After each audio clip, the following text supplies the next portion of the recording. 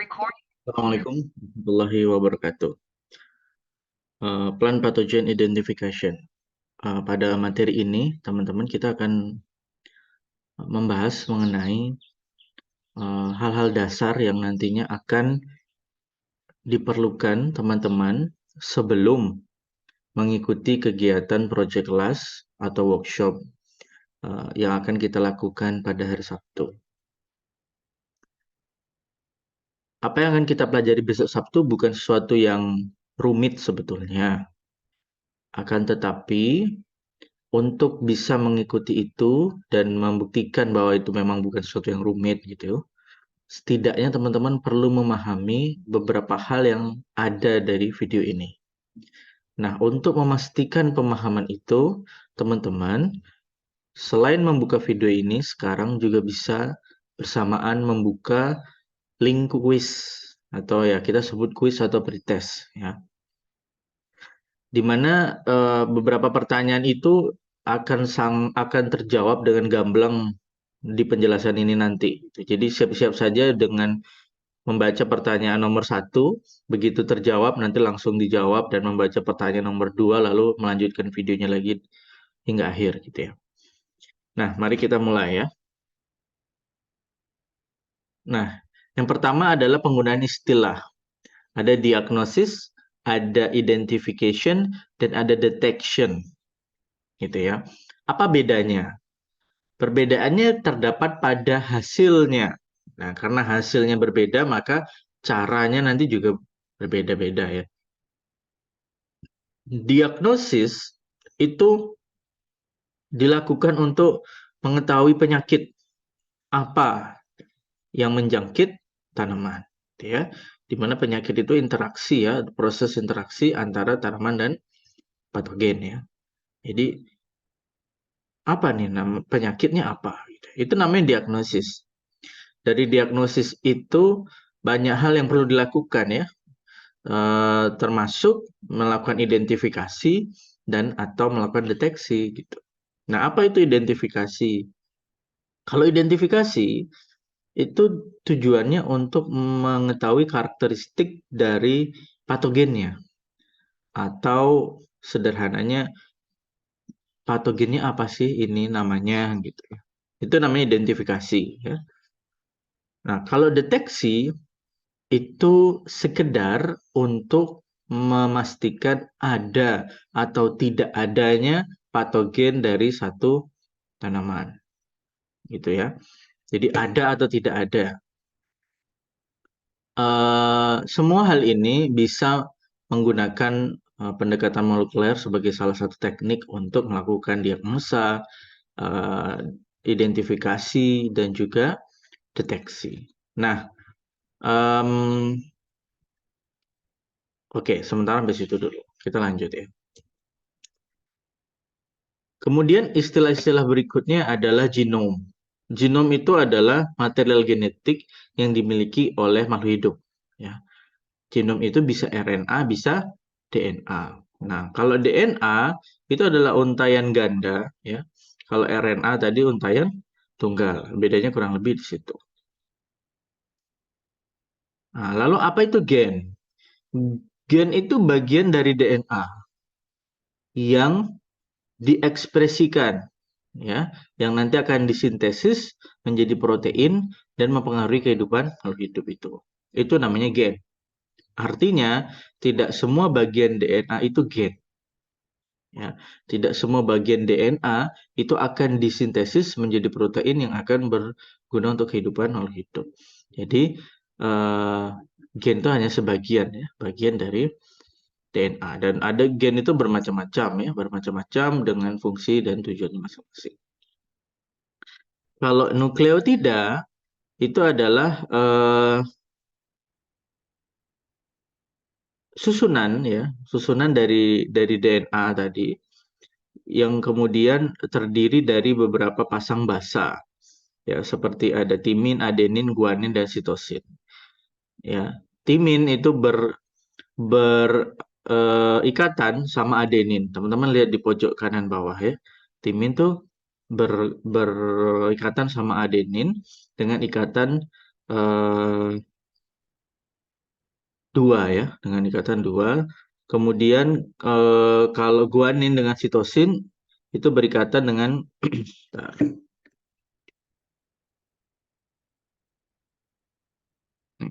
dengan jumlah ikatan ada 3. Nah, bicara tentang identifikasi, hari ini kita salah satu fokus kita adalah bagaimana sih caranya mengidentifikasi secara molekuler gitu ya. Nah, bicara tentang identifikasinya lebih dulu ya, belum bicara molekulernya, identifikasinya lebih dulu. Identifikasi itu prinsipnya adalah menemukan penciri khas yang ada di makhluk hidup itu, dan ciri-ciri itu konsisten, tidak berubah-ubah. Ya, tidak berubah-ubah. Teman-teman lihat gambar serangga yang ada di depan ini. Teman-teman tahu membedakan satu jenis dengan jenis lainnya sebab serangga ini punya penciri morfologi ya. Dalam hal ini cirinya ciri-ciri morfologi atau bentuk tubuh yang khas. Khas itu artinya beda sama makhluk hidup lainnya. Dan tidak hanya khas ya, tetapi juga konsisten. Selalu dimiliki sifat apa karakter bentuk tubuh itu selalu dia miliki, tidak berubah-berubah. Hari ini warnanya merah, besok warnanya biru. Itu namanya bukan ciri yang tetap ya. Meskipun khas, kalau tidak tetap itu juga tidak bisa digunakan untuk identifikasi. Berarti identifikasi itu eh, pentingnya untuk menemukan apa sih penciri yang khas hanya dimiliki oleh makhluk hidup itu dan tidak berubah-ubah. Nah, penciri itu bisa morfologi, bisa juga biokimia, reaksi biokimia, bisa juga susunan dari nukleotida atau susunan dari DNA-nya. Ya, DNA itu tersusun atas basa ya, basa nukleotida ada ATGC, ATGC-nya itu. Nah, susunan itu kemudian itu juga bisa digunakan untuk mencari, menemukan bagian khas dan konsistennya. Sama ya, jamur tuh kan juga begitu. Nah, contoh.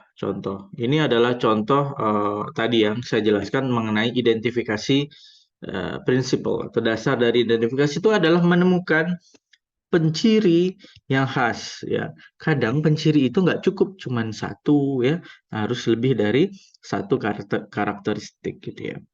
Contoh yang huruf E. Huruf E ini kita sebut memiliki penciri khusus, yaitu punya karakter nomor 5 dan tidak punya karakter selain nomor 5. Itu adalah E. Dan itu tidak akan ada yang menyamai. Itu namanya penciri. Dan harus begitu. Ya, harus begitu. I misalnya, yang warna I itu punya karakter nomor 6 dan tidak memiliki karakter lainnya selain nomor 6. Nah, itu khas hanya dimiliki oleh I. Ya, itu hanya dimiliki oleh I. Jadi tidak bisa jadi kita membutuhkan karakter yang khas seperti itu. Ya, tinggal karakter ini juga harus bertahan ya, tidak berubah-ubah. Nah, dalam hal kita melakukan identifikasinya secara molekuler, maka yang kita gunakan sebagai ladang tempat kita menemukan penciri khusus yang khas dan konsisten ya, itu adalah uh, pasang basa ya, pasang basanya ya. Kalau bentuk DNA semua sama. Bentuk DNA itu semua sama ya. Eh, ada fosfat, jadi ada untayan sugar fosfat backbone gitu ya. Lalu di ujungnya ada nukleotida, itu sama. Yang membedakan nanti adalah susunan nukleotidanya.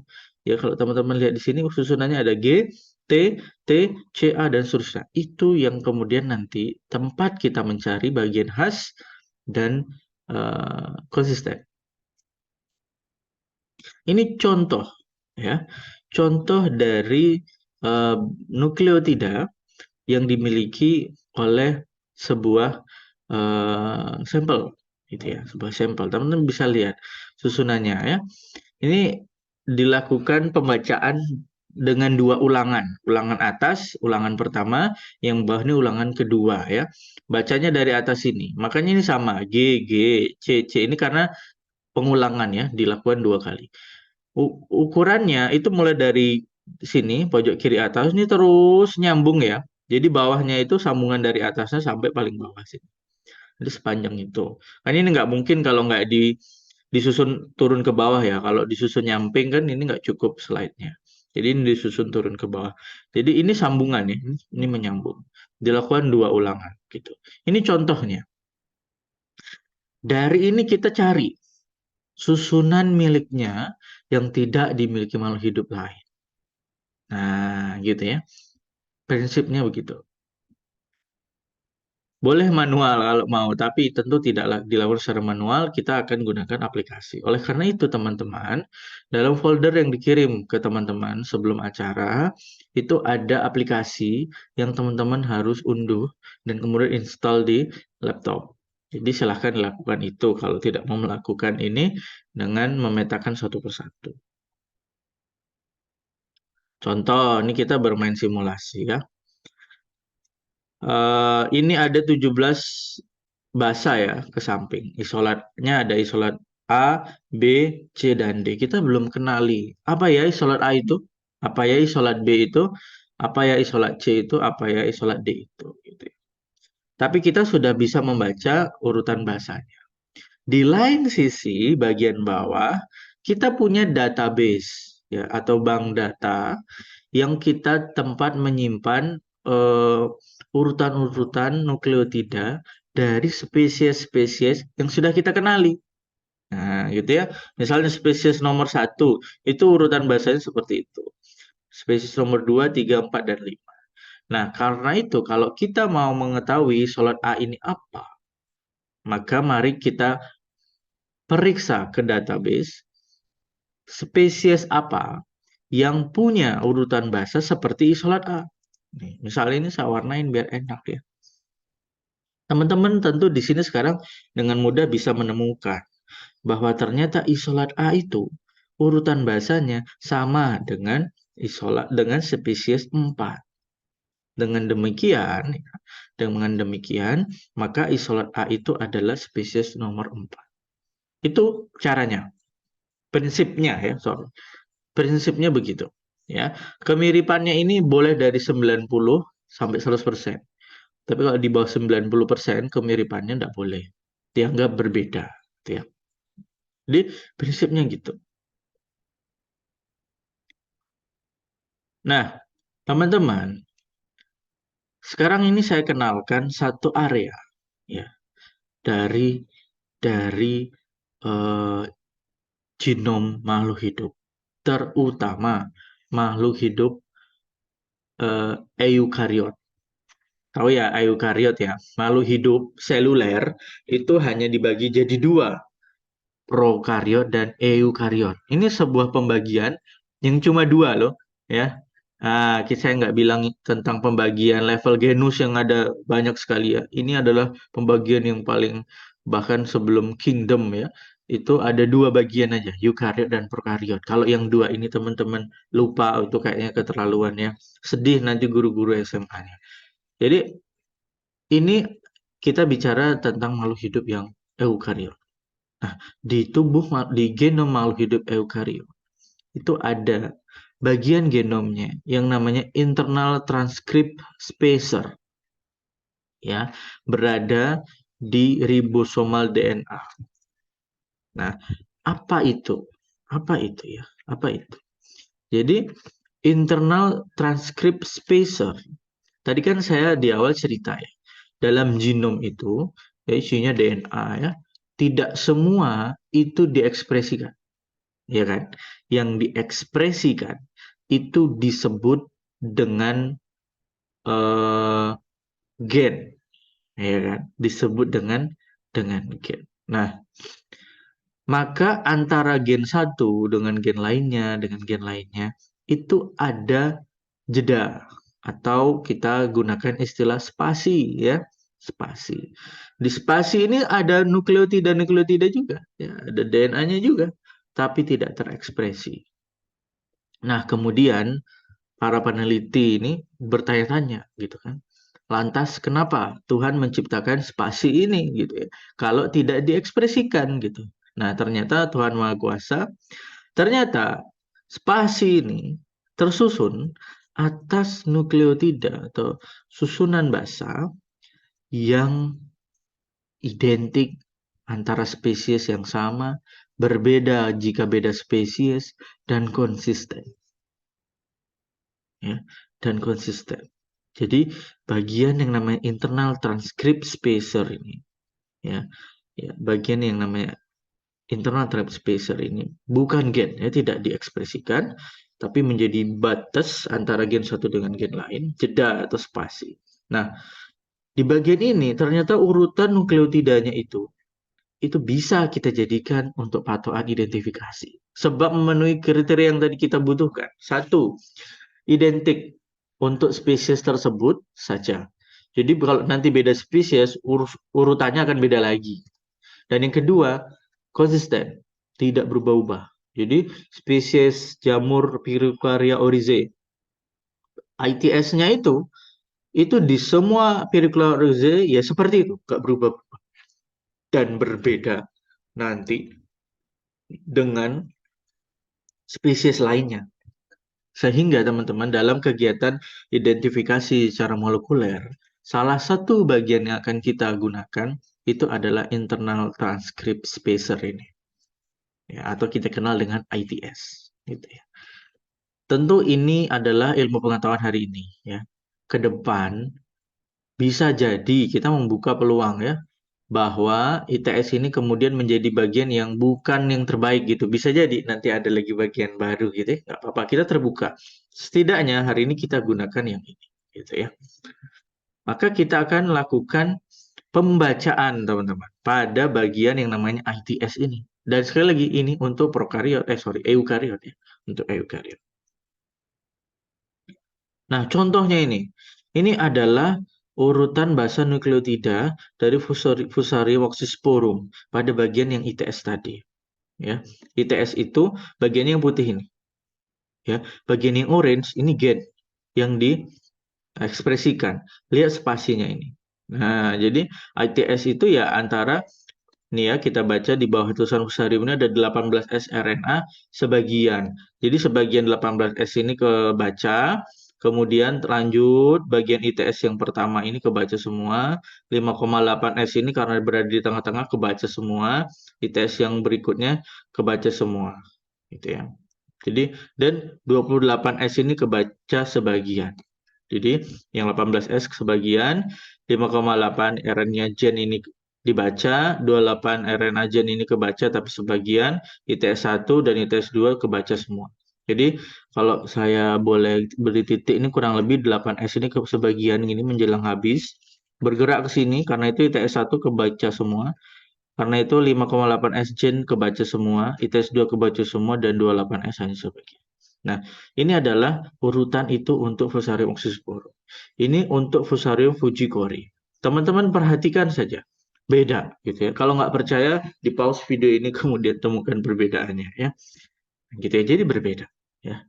Ternyata berbeda. Nah, oleh karena itu teman-teman, dalam rangka melakukan identifikasi secara molekuler, ayo kita baca bagian ini. Nah, PR-nya sekarang cara bacanya gimana, Pak? Gitu kan. Bagaimana kita bisa membaca atau bisa melakukan kegiatan sampai keluar hasil ini. Nah, ini sebenarnya tingkat laboratorium. Kita tidak lakukan dalam proyek ini, tapi akan saya jelaskan. Salah satu teknologi atau temuan penting ya yang ditemukan oleh Mr. Carly Ben Mullis ini, beliau mendapatkan hadiah Nobel karena ini adalah satu metode yang namanya polymerase chain reaction atau PCR ya. PCR ini sebetulnya sebuah metode yang cukup simpel ya. Yang nantinya salah satu saja ya, ini hanya salah satu. Salah satu penggunaan PCR ini adalah untuk identifikasi. Tetapi PCR ini juga bisa untuk tujuan lain. Kenapa bisa begitu? Karena PCR ini sebenarnya apa sih gitu ya. Nah, PCR itu kalau saya boleh sampaikan, kalau kalau nggak boleh saya mohon maaf ya, adalah satu metode yang akan menggandakan ya sebagian untaian DNA. Jadi kalau lihat foto ini ya, ini kan DNA-nya panjang sekali ya, panjang sekali ya. Hanya bagian ini saja, yaitu yang ada di gambar ini, hanya bagian yang merah ini saja, yang nantinya akan kita gandakan. Jadi PCR itu tujuannya untuk menggandakan satu bagian ini, satu bagian dari untaian DNA. Yang tak bagian itu, kalau tadi kita mau bicara tentang internal transcript spacer, maka bagiannya yang di sini. Yang di sini yang mau kita targetkan gitu ya. Kalau mau tujuan lain ya silakan, targetnya di sebelah mana gitu ya. Jadi itu. Nah, untuk melakukan hal tersebut, maka diperlukanlah setidaknya 3 buah reaksi yang akan dilakukan secara terus-menerus. Ya, karena itu ini disebut polymerase chain reaksi. Jadi sebuah reaksi polimerasi yang berantai terus-menerus gitu ya. Ya, terus-menerus. Nah, setidaknya ada 3 reaksi yang nanti dilakukan. Reaksi nomor 1 namanya denaturasi. Denaturasi itu pemisahan DNA yang semula double gitu ya, memisah ya, memisah. Nah, denaturasi ini bisa terjadi, reaksi ini bisa terjadi dikarenakan suhu ya, suhu di atas 90-an itu akan menyebabkan denaturasi pada DNA ya. Sehingga eh, gini, maksud saya gini. Reaksinya tadi ada 3 ya, teman-teman. Saya belum menjelaskan reaksi nomor 2 dan nomor 3. Atau gini, saya jelaskan dulu. Setelah dia denaturasi, yang itu melibatkan suhu 90 ke atas, lalu reaksi kedua namanya annealing. Annealing itu apa? Annealing itu adalah penempelan eh, primer. Primer itu, ini bisa lihat contoh di sebelah kanan ini. Kalau tadi kita mau menyasar ITS ya bagian itu, maka kita gunakan ITS primernya selalu 2. Ini kan kelihatannya warna birunya ada 2 ya. ITS yang 1 dan ITS 4. Ini ITS ya, ini salah ketik ini. ITS 4. Nah, jadi primer ini adalah satu set susunan nukleotida pendek. Ya, kurang lebih 20 urutan saja.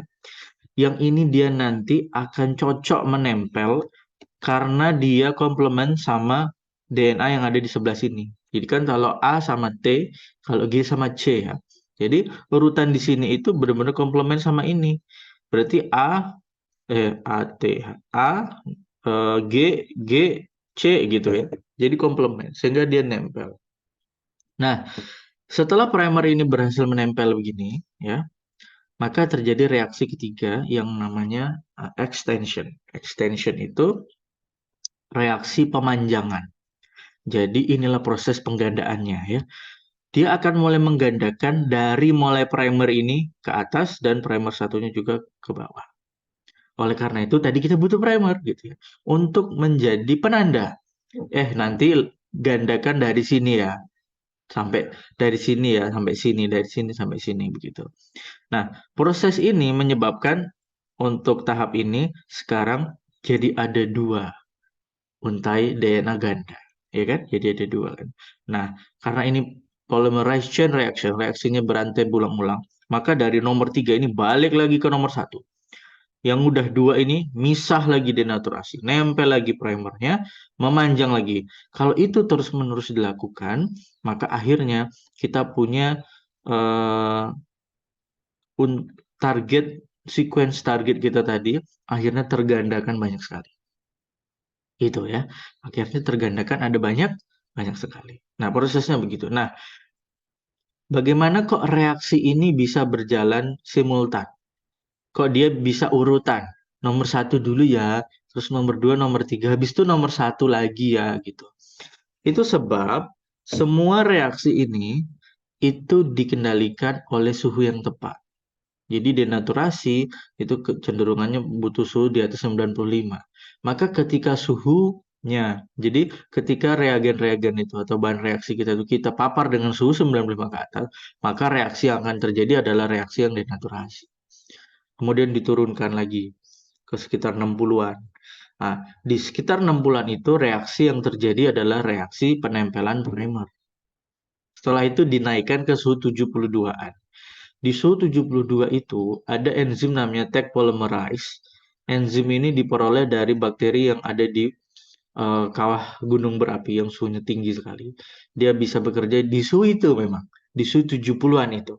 Nah, karena suhunya 72, maka yang lain reaksi lain tidak bisa jalan. Satu-satunya reaksi yang bisa jalan adalah reaksi yang dikomandoi oleh enzim Taq polymerase tadi.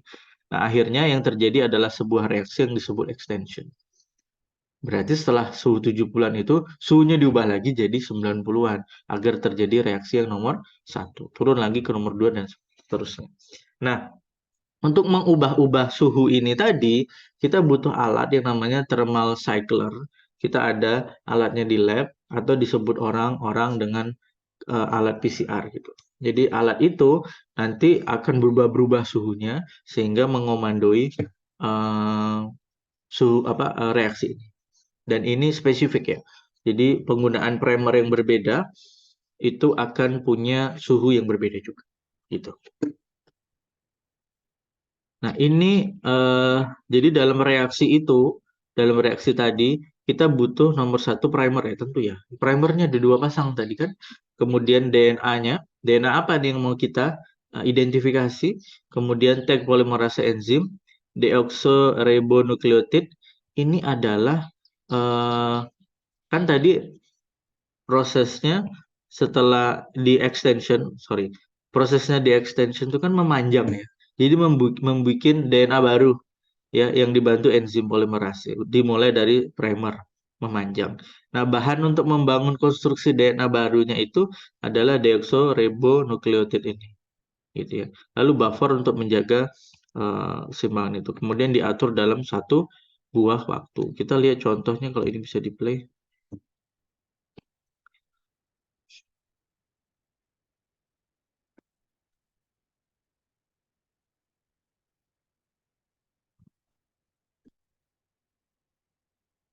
Jadi digunakan, nah ini contohnya adalah target DNA yang akan kita perbanyak begitu ya. Ini adalah target DNA yang akan kita perbanyak itu dan posisinya masih double stranded DNA.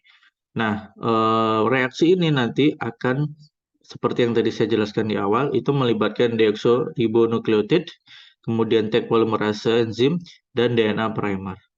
Nah, komandonya ada 3 reaksi tadi ya, denaturasi, annealing, dan extension. Itu dikomandoi oleh suhu. Nah, suhu pertama sudah datang, 95. Memisahkan DNA yang double stranded ini, atau disebut denaturasi. Ketika suhunya turun ke 60-an, maka yang terjadi berikutnya ada reaksi penempelan primer atau annealing. Nah, sorry. Sorry.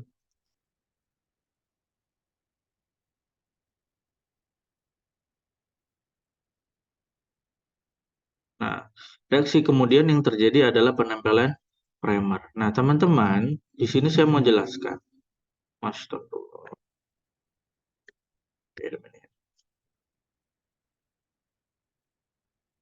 Di sini mau saya jelaskan adalah primer ini, teman-teman, itu sifatnya spesifik. Jadi, yang membuat kita bisa secara spesifik menarget satu bagian DNA untuk digandakan, itu adalah primer. Sehingga primer ini yang jadi esensial sekali, penting sekali. Karena dia itu tadi kan tersusun atas urutan basa nukleotida yang pendek ya, hanya 20 urutan basa tadi. Itu spesifik. Itu kita buat ya, karena itu kajiannya memang harus mendalam. Itu harus spesifik.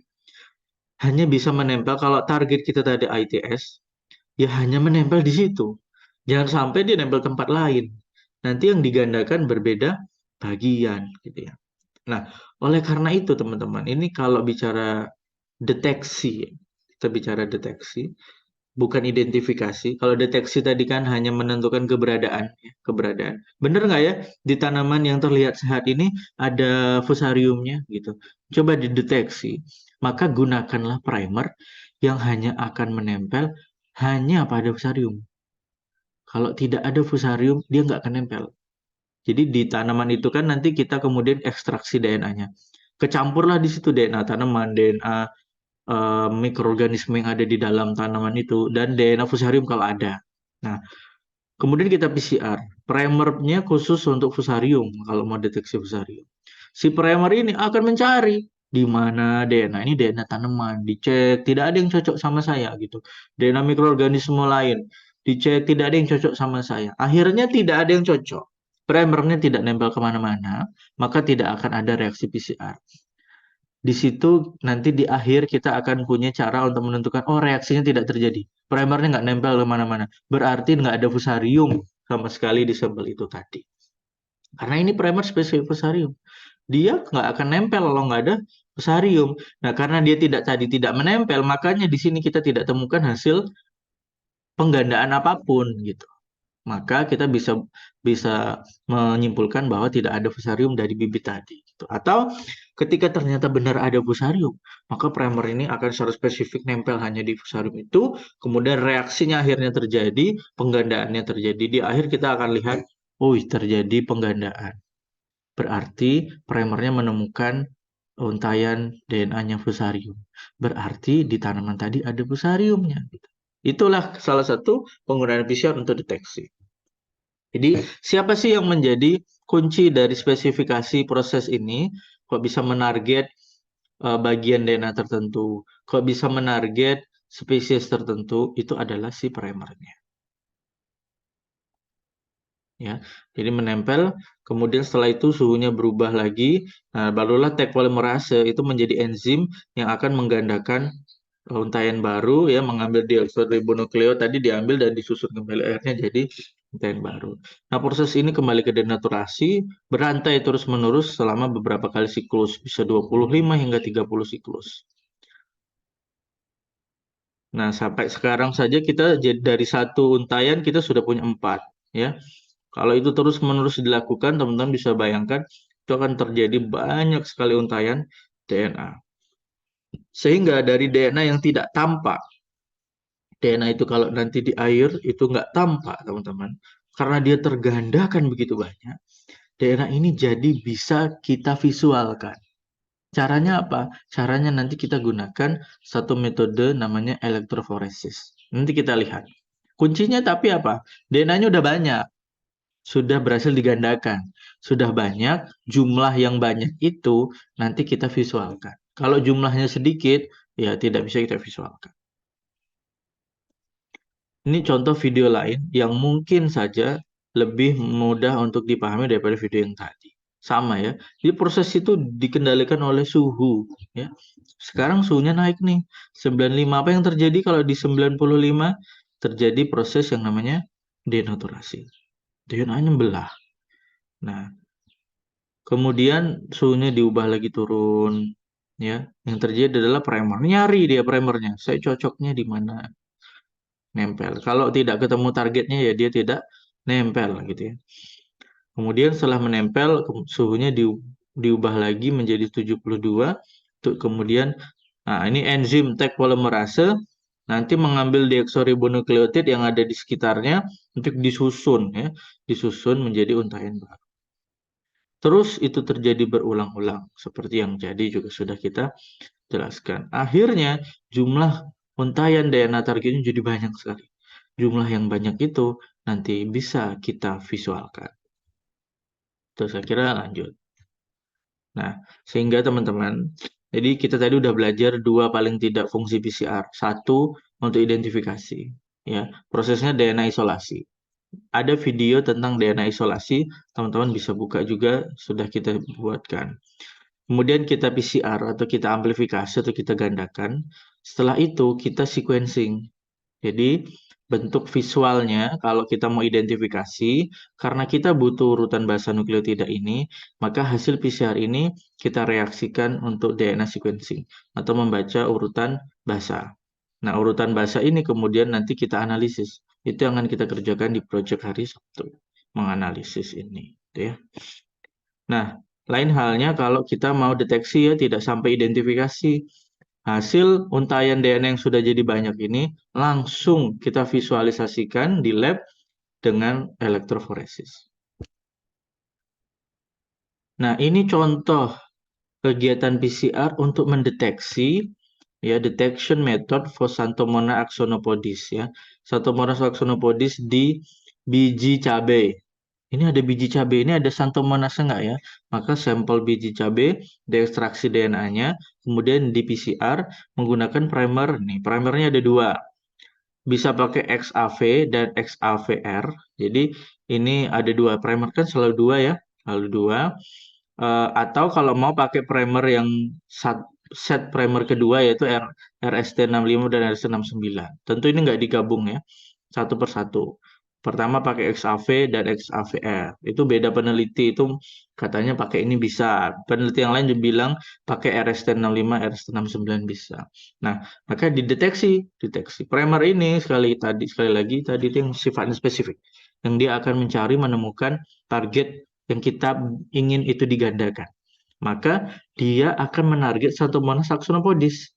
Kalau di dalam biji cabai itu hanya ada DNA-nya tanaman cabai, hanya ada DNA mikroorganisme lain, tidak ada Xanthomonas actinopodis, maka dia tidak bisa menemukan targetnya, tidak akan terjadi reaksi PCR lainnya. Tapi kalau ketemu, ya, kalau di dalam DNA cabai itu beneran ada axonopodis, berarti primer ini berhasil menemukan DNA-nya, kemudian reaksi PCR-nya terjadi, berarti di akhir kita bisa visualkan.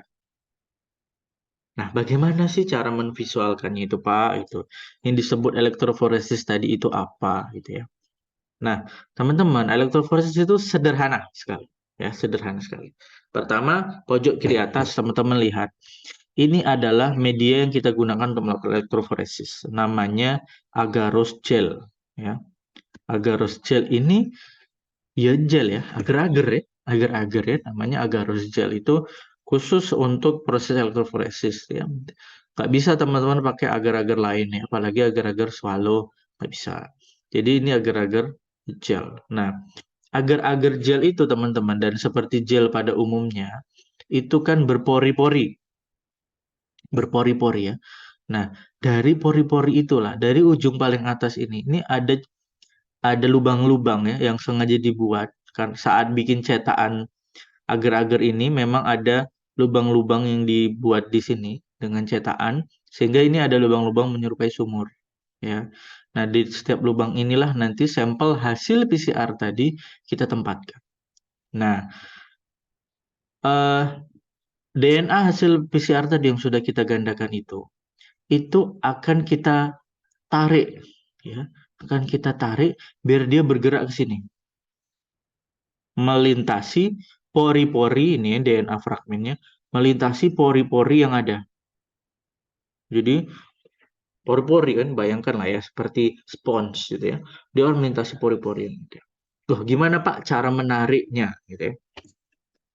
Cara menariknya adalah kita memanfaatkan salah satu sifat dari molekul DNA ini yang memiliki sifat negatif ya. Jadi dia itu bermuatan negatif. Karena dia bermuatan negatif, kalau kita susun DNA-nya di sumur sebelah sini, maka kita alirilah listrik di sebelah sini muatan negatif dan sebelah sini muatan positif. Jadi kemudian kita rendamlah agarose yang udah ada DNA-nya ini ke dalam satu cairan elektrolit ya. Nah, sehingga bisa mengalirkan aliran listrik dari kutub negatif bergerak ke kutub positif. Karena ada aliran yang bergerak dari negatif ke positif ini, DNA yang muatannya negatif ikut gerak, ketarik seperti magnet. Tertarik dia turun ke bawah. Nah, karena dia tertarik dan bergerak, maka dia akan berusaha melintasi pori-pori yang ada di agar itu. Nah, untuk DNA yang ukurannya kecil, ya, dia akan bergerak lebih mudah. Ya dong, lewatin pori-pori itu. Sedangkan yang ukurannya lebih panjang, ya, akan bergerak lebih lambat. Sehingga pada akhir waktunya nanti, jadi kita set sekian waktu gitu ya, itu yang ukurannya kecil-kecil itu ada di depan, yang ukurannya panjang ada di lebih belakang ya. Ini misalnya di foto asli ini. Ini kan sumurnya di sebelah atas ya. Dia bergerak ke bawah nih. Bergerak ke bawah atau lihat ini. Ya, ini sebenarnya bukan sampel kita. Ini DNA penanda ya. Ini penanda aja. Ini kita taruh di ujung sumur sini. Begitu ditarik, yang ukurannya kecil, ya, jadi ketahui ini ukurannya 100 pasang basah, 200 pasang basah, 300 pasang basah, 500 pasang basah. Nah, lihat nih urutan yang 500 dan 600 pasang basah ini kan lebih depan yang 500, karena semakin kecil ukuran, dia akan semakin di depan karena lebih mudah melintasi pori-pori. Loh Pak, kok ada ukuran-ukuran ini? Kok ukuran-ukuran ini beragam Pak? Ada yang pendek, ada yang Bapak bilang panjang, itu dari mana lihatnya? Dari sini teman-teman. Kita lihat video kita tadi aja. Nah, primer itu kan menempel, atau video yang lebih pas nih video. Primer itu kan menempel forward dan reverse ya, menempel ya. Jarak antara forward dan reverse itu yang kemudian jarak antara forward dan reverse itu yang kemudian menjadi eh, penyebab ukuran antara bahasa satu dengan antara hasil PCR satu dan PCR lainnya itu beda-beda. Look at this. Nah, lihat ini teman-teman. Primernya tadi kan karena dia nempel dari sini jaraknya segini. Nah, maka jarak produknya nanti hasil penggandaan itu adalah sekian pasang basa gitu. Karena primer yang tadi spesifik, dia bisa jadi primer spesifik yang kita gunakan itu menempel dengan jarak yang 600 pasang basa. Kalau ITS tadi nanti produknya sekitar 600 pasang basa. Nih, sekitar 600 pasang basa. Kenapa? Karena primernya itu nempelnya di sini dengan primer forward yang nempel di ujung satunya. Itu jaraknya berjarak sebanyak 600 pasang basa. Ada yang lebih pendek, jaraknya hanya 100 pasang basa, 200 pasang basa. Ada bahkan yang ribuan. Ada yang jaraknya itu 1.500 pasang basa. Jadi lokasi penempelan primer itu, jaraknya itu yang kemudian nanti menunjukkan yang menyebabkan ada ukuran yang beda-beda. Nah, untuk kasus deteksi ini, Xanthomonas axonopodis ini kan dia, ini diberitahu nih kan, ini nanti akan nempel dan menggandakan produk amplifikasinya itu panjangnya 517 pasang basa. Kalau kamu pakai primer yang ini, nanti estimasi panjang produknya 420. Maka kalau di PCR, ya dia harus benar-benar muncul di 517 pasang basa. Kalau dia produknya lebih dari itu, dia jangan-jangan nempel ke sesuatu yang lain. Ya, loh kata Bapak spesifik. Spesifik itu kan kita bisa pastikan karena kita uji, ya. Kita lakukan penelitian. Kita bandingkan dia dengan kontaminan-kontaminan yang mungkin muncul di biji cabai. Suatu hari ada makhluk hidup masuk ke satu wilayah dan ternyata komplement sama primer ini tadi. Paling tidak kita yakin itu Axonopodis selama dia masih berukuran 517. Ya. Jadi ini yang menunjukkan panjangnya tadi, ya bisa dilihat dari sini. Kalau ini kita beli produk ini. Produk yang kalau di elektroforesis dia memang punya macam-macam ukuran untuk kita jadikan standar karena itu dia muncul seperti ini. Nah, ada lagi fungsi lain dari PCR selain identifikasi tadi. Kalau identifikasi harus dilanjutkan dengan sequencing ya. Jadi kita lihat ini. Dan kemudian ada DNA analisis. Bisa juga untuk deteksi. Kalau deteksi contohnya seperti ini tadi. Bisa juga digunakan untuk melakukan variasi genetik. Nah, kalau variasi genetik itu kita biasanya menggunakan lebih dari satu macam primer, bisa belasan primer ya, bisa belasan primer. Nah, ini ada sequence primernya. Nah, si primer ini teman-teman eh, akan menempel pada beberapa bagian dari DNA. Ya. Dia akan nempel di beberapa bagian. Jadi kalau yang tadi itu nempelnya di satu titik target, kemudian forward reverse akan jarak forward reverse akan menentukan panjang. Kalau ini dia akan nempel di mana-mana. Sehingga akan menyebabkan bagian yang digandakan itu macam-macam tempatnya, macam-macam ukurannya. Sehingga kalau divisualkan dalam elektroforesis, teman-teman bisa lihat antara satu sampel dengan sampel lainnya. Itu yang ini nempel di satu bagian yang kemudian akhirnya menghasilkan sebuah penggandaan produk dengan ukuran segini misalnya, 700 atau 600-an, dan sekitar 500-an. Gitu ya. Di sampel lain, primer itu menempel di bagian yang mana itu secara acak, yang jarak penempelannya itu menghasilkan ukuran yang lebih besar. Di sampel nomor 3 lain lagi gitu. Ini kemudian akhirnya kita bisa melihat perbedaan variasi genetik antara 1, 2, 3 dan seterusnya sampel ini. Oh, ternyata antara sampel ini dan sampel ini itu punya kesamaan variasi secara genetik. Kenapa? Karena primer itu nempel di tempat yang hampir sama.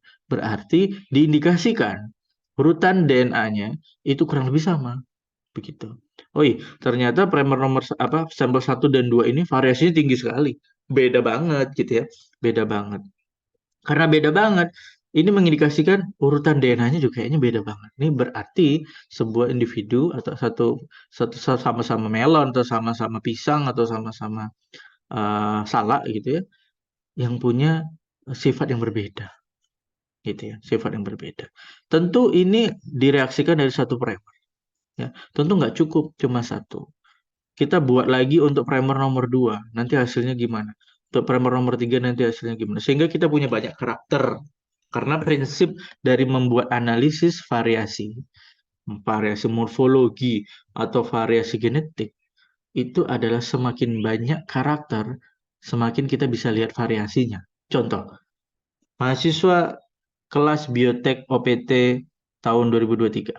Saya mau lihat variasinya dari misalnya ya hanya dari warna rambut, maka saya tidak akan menemukan variasi pada teman-teman karena semua rambutnya hitam.